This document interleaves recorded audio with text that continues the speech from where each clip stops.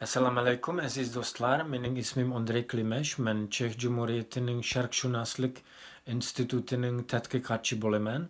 Men bugün Avrupa Uyghur Enstitütü'nün faaliyetlerini sizlerge kıskaça tanıştırmakçı. Avrupa Uyghur Enstitütü'nün Uyghur ilmi ve medeni faaliyetlerini ötküzüvatkanlığı, Uyghur medeni eserlerini neşr kılıvatkanlığı, Uyghur ilmi ve medeni jurnal neşr kılıvatkanlığı, Uyghur çayhanını içivatkanlığı, Uyghur ayarlarının maarifi ve hukuklarını icra kılıvatkanlığı ve başka nurgunluğun faaliyetleri menimce intayin muhim. Çünkü Uygurların medeniyeti, dili, dini ve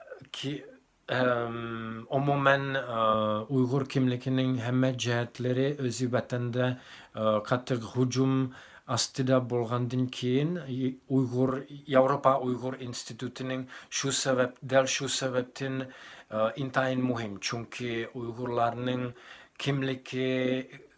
kimliki saklaş için intayin çoğun töhbe kılıvatıdı.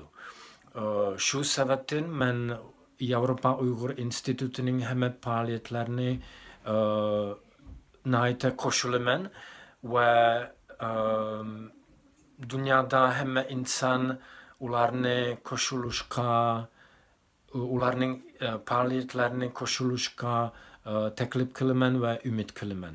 Rahmet sizlerge.